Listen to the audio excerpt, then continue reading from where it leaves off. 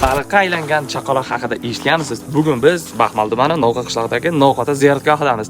Hozir biz sizga o'sha joyning tarixi haqida qisqacha ko'rsatamiz. Qani, ketdik. Halal Beats.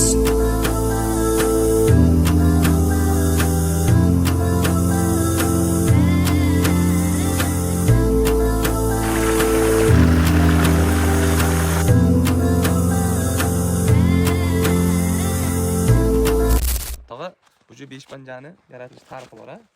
Ko'pchilik aytganda, shundan bir qisqacha ma'lumot bering bizga. Oğlum bir ma'lumot berishdan oldin shukronlarlik aytaylikki, yurtimizning tinchligiga, dunyomizning tinchligiga, yurtimizning tinchligiga rahmat solayotgan, harakat qilayotgan Alloh ali bandalarimizni shu yerdagi o'zimizning O'zbekistonimizning xalqiga shuncha yordam berayotgan prezidentimizga rahmatki, turizmni rivojlantirib qo'yapti, ziyoratgohlarni rivojlantirib qo'yapti. Shulardan qatori bizning shu yerda Novqota ziyoratgohimiz. Bu yerning tarixi bunday. Novqota ziyoratgohimiz ham bor, Novqa qishlog'imiz ham bor. Qishloqning nomi Novqa, ziyoratgohimiz Novqota. Novqotaning bo'layotgan tarixi bunday bo'lishi, bir poshshamiz bo'lgan, poshshamizning qizi homilador bo'lib qoladigan, shunda homilador vaqtda uni shunday ariyat uchun boshqa uchun qizini chiqarib beradi, tuyaga mindirib. Badarga qilaman deydi, bo'ldi deydi. Sen deydi, men mumkin emas bunday bo'lishini deganda qizi chida olmasdan tuya bilan jo'naydiki, Allohning taqdiri bilan, taqozosi bilan bizning qishlog'imizga kelib qoladi. Qishloqda yo'limizda shu yerda to'lg'oq tutadi degan, to'lg'oq tutib turib, tuyanimizda o'sha vaqtda tuya cho'kib ketadi. Cho'kib ketgandan keyin u bola paydo bo'ladi hamali. Endi yana u yerdan xosiyati bor ekan, o'sha cho'kkan joyning tuya cho'kdi, nor cho'kdi deydi. Nor cho'kdi. Novqadan osh joydagi. Novqada qishlog'imizdan O'smatdan kelishimizda, bu yoqdan chiqishimizda shu soylikda nor cho'kdi bo'lib qoladi. Nor degani tuya degani, cho'kdi degani. Endi o'sha yerda bitta xosiyatiki, haligi Allohga bandalar ixlos qilsa deydi. Masalan, ixlos qiladigan tuprog'idan boshqasidan shu yerga bir duo qilsa, o'ziga aytgan ijobat bo'ladi o'sha yerda. Eskichalik emas, boshqacha emas. Lekin o'sha ayol kishi, shu onaxon yana shu bolasi bilan bu yoqqa keladi-ku, taqdirtaqasi bilan shu tepalik bilan keladidan shu yerga keladi, suv izlaydi.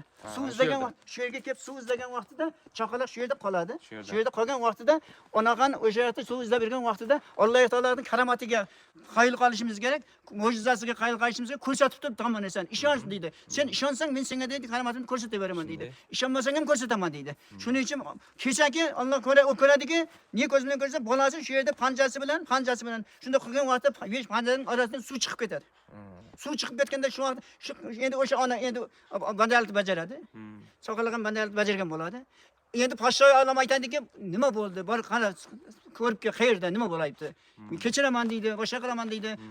Endi masalan homilador narsani Alloh ham kechirgan, men ham kechirishim kerak degan narsada borib izlab kel degan vaqtida izlab hammasini keyin so'raydiki, shu yerga kelgan. Mana tuyasi cho'kib ketgan. Kechagi Xudoning karomati bilan shu yerdan panjaning orasidan suv chiqib ketgan bo'ladi. Tog'asi kelib izlagan vaqtida. Izlagan vaqtda qaraydi, mana deydi, mening deydi, jiyanim bu deydi. Mening jiyanimning karomati deydi. Olmaydi. Lekin keyin o'zini bandalni bajargan vaqtda bu yerga qo'yadi-ku o'zini, mana ziyorat joyimizga shu yerga qo'yadi. Bu yerda qabr o'sha insonni qabri. Tog'asining shu yerdagi panjadan suv chiqqan ligimizda Allohning karomatiga qarshi o'ylab. Bu joyda nima yana bir tarixi bor edi. Bola baliqqa aylanib shu yerda suzib ketgan deyilgan. Bu tog'asi kelguncha, masalan panjadan chiqqan vaqtida Xudoning karomati bilan suv chiqdimi? Suv chiqqan vaqtda u baliqqa bo'ladi. Baliqqa aylanib ketadi, suv chiqqan. Bola baliqqa aylanib ketadi. Shu yerda ko'rinadi-ku, shu baliq ko'rinadi tog'asiga ham. Mana mening jiyanim deydi. Mana karomat deydi. Allohga taologa deydi, karomatiga ishoninglar deydi. Ko'ringlar deydi. Shu yer ana shundan beri mana shu keyin tog'asi bu yerga qo'yilgandan keyin, lekin bitta tomonimiz bizning Alloh taolo bizni shunchalik ishondim, shunchalik bizga alik qilgan, yordam qilayotgani, bergan ne'matlardan bittasi mana shu suv xalqimizni boqyapti. Chorvamizni boqyapti.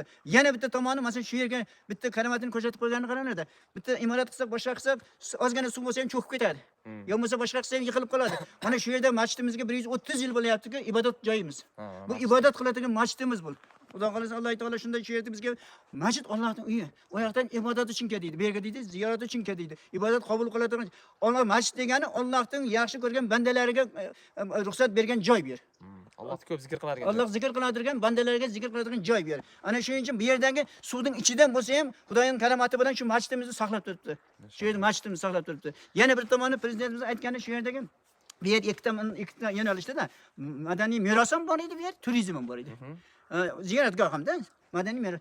Endi bu yerda yetan bu yerda maqbara mana shu olganimizni, Novqota ziyoratgohimizni tarixini yana ertaga mukammallashtirish uchun, yana shu yerda shu maqbara nega bu yerda maqbara quramiz, xudo xolasa, turizm hisobidan. Madaniy meroslar ham turizmga aylanadi bu yer. Birorta bu yerga kelsa, biror narsa bo'lgich bo'lsa, tariximizni oydin berish uchun hammasini shu yerda bitta mana etajlarimizni muzey qilyapmiz-ku, ustida kitobxonlar, kitoblarni qo'yib, tagiga hammasini bizning hunarmandchiligimiz bor. Novqota ziyoratgohimizda Novqota nima qiladi? Turizm qanday bo'ladi? Turizmni kelishdan oldin, turizm bo'lishdan oldin prezident ham aytganki, qanday bo'ladi turizm? Bizga ham so'rasa, tayyormisan turizmga? Tayyormiz. Nimaga? Kelsa mehmonxonamiz bor. Kelsa hunarmandlarimizga ko'rsatadigan joyimiz bor, ustaxonalarimiz bor. Masalan, ziyorat qiladigan joylarimiz bor. O'shalarni aylanib ko'radigan bor mehmonxonamizdan bo'ladi. Ama bu yerga keladigan, masalan, bitta ustaxonamiz bor, hunarmandimiz bor, egarchilarimiz bor, egarchilar. Egarchi degan narsada aytmoqchi bo'layotganim, bu Osiyo bo'yicha, O'rta Osiyo bo'yicha ikkita joy bor. Bittasi masalan qog'oz chiqaradi Samarqandda.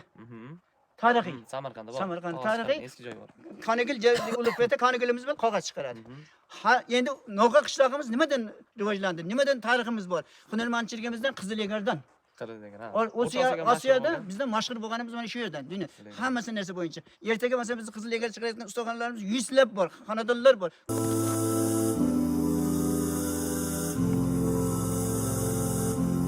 Va siz bu joyga keladigan bo'lsangiz, bitta xatoni qilmaslik sizdan so'rab qolgan bo'lardim. Ko'pchilik tushunmaydi va bilmaydi.